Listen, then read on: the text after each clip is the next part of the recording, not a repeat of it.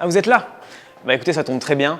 On est juste avant le tournage de la première vidéo CTO Decrypt, le média qui vulgarise le métier de CTO. Je vais rejoindre mon invité qui est en haut avec une très belle expérience, c'est Laurent Topin. On voit ça tout de suite, il nous partage son expérience. Laurent Topin d'ailleurs, pour la petite histoire, porte très bien son nom de famille puisqu'il est, en termes de top 3, plutôt en haut du classement, si vous voyez ce que je veux dire. On avait le droit à des blagues comme ça ou pas d'ailleurs de la première vidéo, je sais plus ce qu'on s'était dit. Bon, tant pis. Dans tous les cas, suivez-moi, on monte le rejoindre.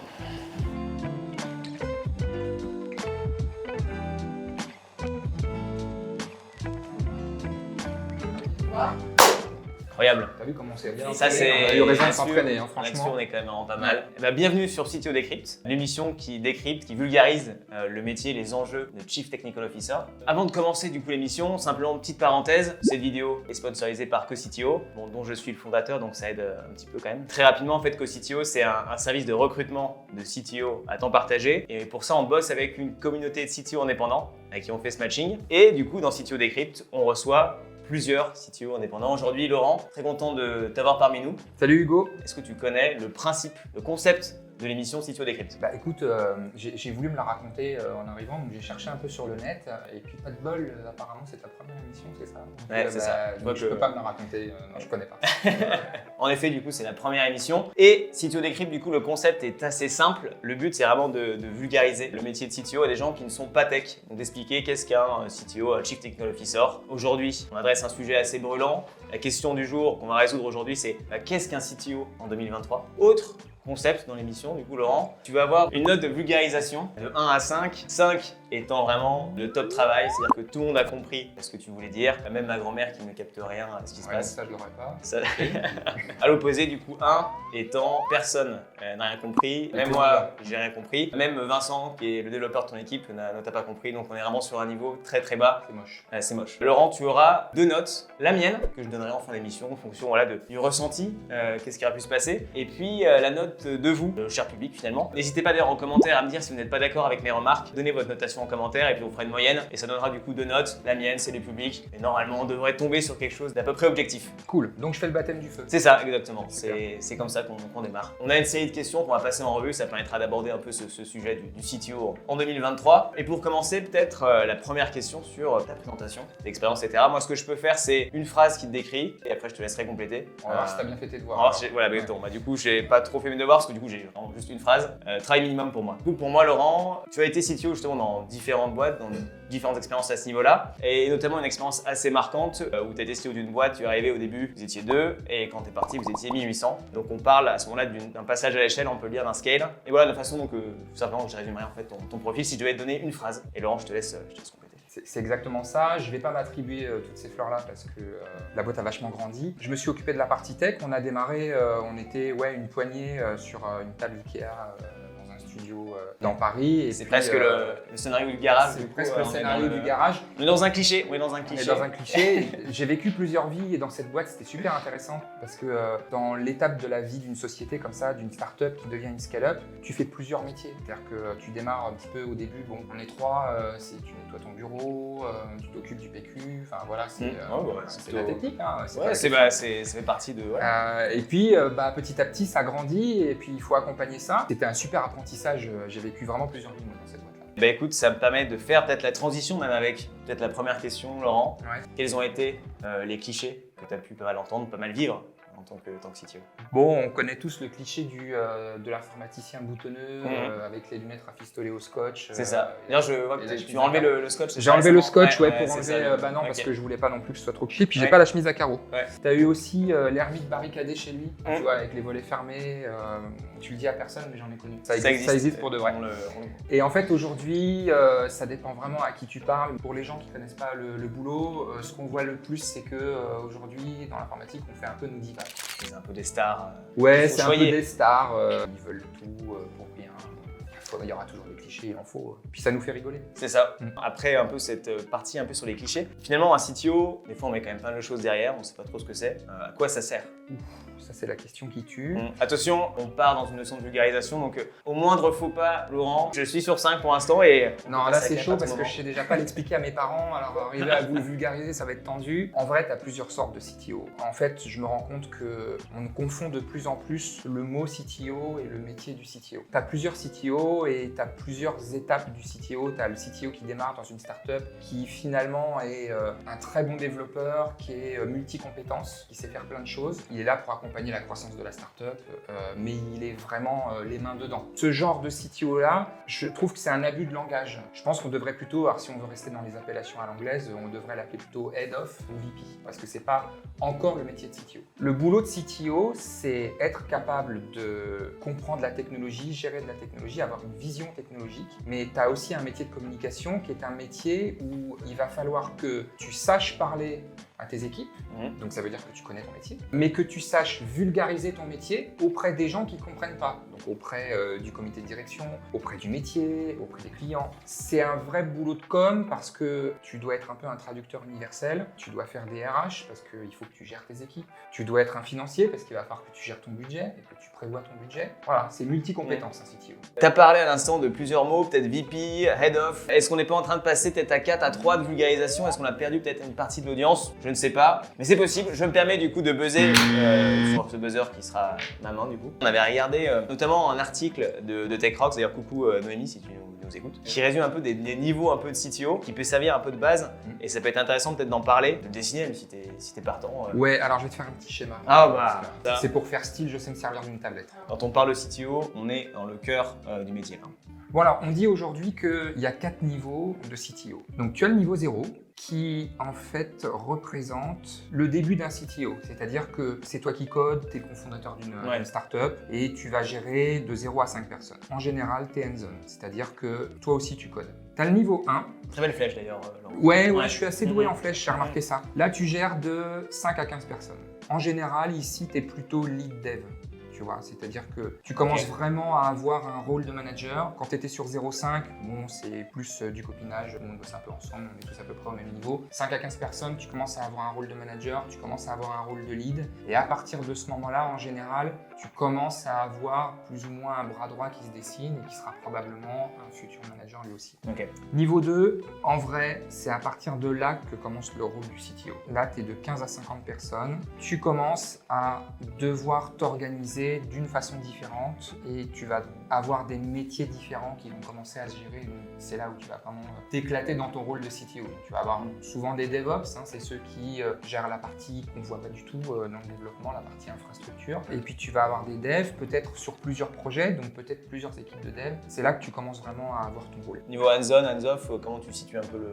Là, normalement, tu n'es plus hands-on. Niveau 2, c'est ça qui est compliqué. Si jamais tu as démarré niveau 0, il y a un truc qui est super difficile dans notre métier, c'est d'être capable de te virer. Il y a un moment donné, il va falloir que tu comprennes que tu peux pas rester un goulot d'étranglement. C'est impossible parce que sinon, en fait, tu ralentis toi-même toutes tes équipes et donc tu vas être obligé de te sortir de ce métier de développeur et devenir un manager, devenir un visionnaire, amener ta stratégie avec tes équipes. Donc il faut que tu les embarques avec toi. Tu n'es plus hands-on à partir du niveau 2. Et puis bah voilà, niveau 3 après, c'est les grosses boîtes, c'est supérieur à 50. Là, il faut faire super attention à ton organisation.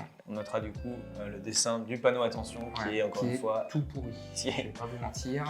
On peut pas être tout à la fois et je suis un super mauvais dessinateur. Très bien, bon, écoute, c'est comme ça, c'est un fait. Un des travers que tu peux avoir si tu as démarré de 0, c'est que sans t'en rendre compte, tu t'es créé une organisation pyramidale. Ce que tu as fait, c'est qu'au début, tu étais là, tu étais tout seul dans ton coin. Et puis, il y a un moment donné, tu t'es ajouté des développeurs que tu gérais, toi, en direct. Ça, c'est ce qui s'est passé dans ton niveau 0. Niveau 1, hop, là, tu commences à avoir un team lead qui va t'aider. Et puis, tu vas toujours avoir des développeurs. Tu auras peut-être un DevOps, c'est le gars qui s'occupe des trucs que même nous, on ne comprend pas. Ça, c'est ton niveau 1. Équipe de 5 à 15 personnes. 5 à 15, ouais, donc c'est encore très granulaire. Et puis, alors, niveau 2, c'est là en général où ça commence à galérer. En général, tu te trouves un deputy CTO, c'est ton adjoint. C'est ton bras droit, c'est le gars qui est capable de reprendre le taf quand t'es pas là, en vacances, machin, etc. Donc tu as un deputy, et puis tu te rappelles, on avait le team lead avec ses devs, et puis en fait on a plusieurs équipes parce qu'on a plusieurs projets, donc du coup tu te retrouves à avoir plusieurs team leads et plusieurs devs. Et puis, si tu continues dans cette logique-là, hop, un petit coup de gomme, en fait tu as toujours ton deputy, mais qui, lui, va s'occuper du dev. Et puis, tu as un bras droit qui va s'occuper du produit, tu as un bras droit qui va s'occuper de l'architecture, etc. etc. Et puis, tu redescends, tu as des leads et tu as des devs, etc. Le danger de ça, c'est que en créant une architecture pyramidale, tu vas te retrouver dans une situation où tu vas avoir plus de managers que de gens qui font le boulot. Et donc, tu n'as plus rien qui avance. Ah ouais. Et ça, on a tous fait l'erreur. Quand tu arrives à l'étape 2, en fait, c'est à ce moment-là où il faut que tu repenses complètement ton organisation. Si tu prends la facilité, c'est-à-dire que si tu laisses les gens en place sur tes managers, soit tu les montes d'un cran, soit tu rajoutes des managers, tu te retrouves dans une situation où tu as trop de managers, dont le boulot va être de justifier le fait qu'ils sont managers. Donc, ils vont passer leur temps à te faire des comptes rendus, à justifier leur boulot. Et en fait, toi, tu n'as pas besoin de ça. Parce que tu sais qu'ils font leur taf, c'est des professionnels, c'est pour ça que tu les as engagés. Le mieux, c'est d'essayer à minima de garder une structure relativement horizontale. Il ne faut pas que tu dépasses 2 niveaux de hiérarchie, c'est vraiment le max. Au-delà, ça commence à être super compliqué. En fait, moi, je me suis retrouvé dans cette situation-là, c'est-à-dire que j'avais pas anticipé ce truc-là. J'ai naturellement fait monter les gens et j'ai naturellement rajouté des gens en dessous. Et je me suis retrouvé dans une situation, je te prends un exemple qui est ultra flagrant, c'est la gestion de l'architecture. Comme on a démarré il y a 15 ans, on était sur des systèmes on-prem. On avait des serveurs dans des data centers, voilà. On-premise, on a vraiment des grosses machines qui sont dans des grandes baies. On appelle ça des data centers dans des endroits où il y a plein d'autres serveurs. Ça fait un bruit de fou, voilà, etc.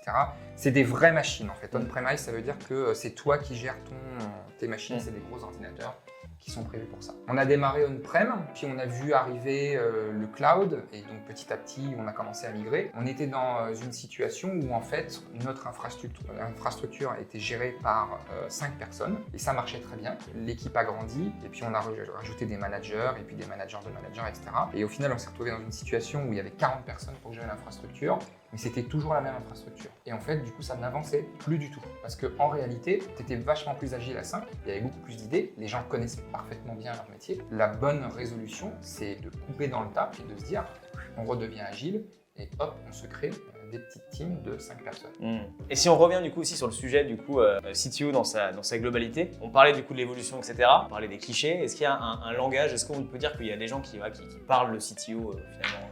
Il y a un langage, c'est le langage de la vulgarisation. Parce que parler le CTO, ça veut dire quoi? Ça veut dire que tu dois parler à l'oreille des développeurs, donc tu dois bien les comprendre, mais tu dois aussi parler à l'oreille de tes clients. Parler à l'oreille de tes clients, c'est pas facile parce que les gens n'ont pas compris l'informatique. Les gens qui sont pas du métier n'ont pas compris l'informatique. On a toujours entendu parler d'une guéguerre entre le marketing et l'informatique, entre le métier et l'informatique, voilà. Et cette guéguerre, elle est due à quoi? Elle est due à un problème de communication et à un problème de compréhension. Si tu vas voir tes équipes métiers, si tu vas voir ton comité de direction, en étant capable de les écouter, de les comprendre et de leur apporter des solutions, en leur vulgarisant la technologie, c'est-à-dire jamais en parlant en termes techniques, jamais en essayant de les embrouiller, tu te mets à leur portée, tu leur donnes la capacité de comprendre que tu vas pouvoir les aider, et ça marche côté métier. À l'inverse, quand tu parles à tes techs, il faut que tu parles à un langage tech, il faut que tu sois capable de te rendre compte que ton équipe, quand elle te dit « Ouh là là, il va me falloir 15 jours pour changer la couleur du bouton », bon, ils sont en train un peu de te balader, ils ont envie de rien faire, tu vois. Donc il faut que tu connaisses ce métier-là, et puis il faut aussi que tu saches leur parler de façon managériale. Ça veut dire quoi? Ça veut dire qu'il faut que tu puisses les entraîner avec toi dans cette vision technologique et que tu comprennes que c'est un métier où tu ne peux embarquer les gens qu'avec des challenges. En fait, le coup de la carotte et du bâton, ça marche plus de nos jours. En fait, un ou une bonne dev, ça marche beaucoup mieux avec un TPA4 qu'avec un je te file une prime. Un peu le défi du coup du truc, quoi. Ouais, c'est ça. Un peu le ça, on va jamais y arriver, ça marchera pas, on trouvera pas la solution. Et là, en général, tu as toujours quelqu'un qui revient le lendemain qui fait j'ai réfléchi à un truc dans la nuit, je crois que j'ai une idée. Est-ce qu'il y a une journée type du coup du CTO que tu pourrais décrire? Je vais vous décevoir, il n'y a pas de recette type parce que ça dépend du projet, ça dépend de l'équipe, ça dépend de qui tu es. C'est la réponse facile, on connaît le ça dépend. C'est la réponse facile. J'ai pas fait politique.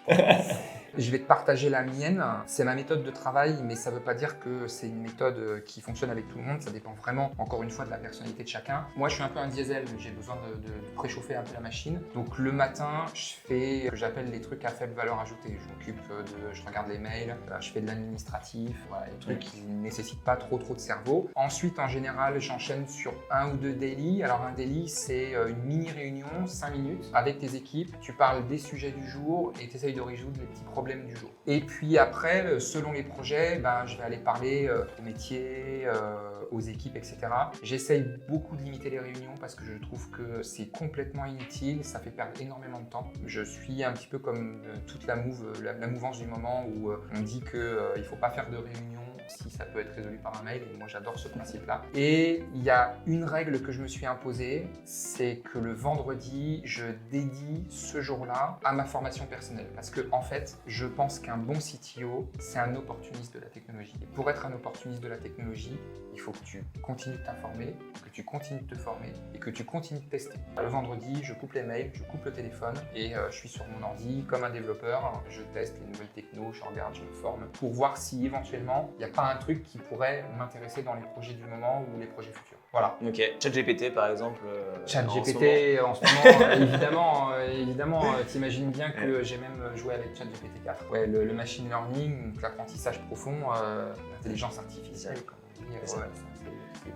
C'est ça. Je vais raconter ce que vous regardez cette vidéo, mais en tout cas, là en mars 2023, ChatGPT c'est un sujet brûlant. La question brûlante, on parle ici de caillasse, Laurent. Ouais. Le sujet toujours, ça on y revient régulièrement de toute façon. Combien ça gagne un CTO?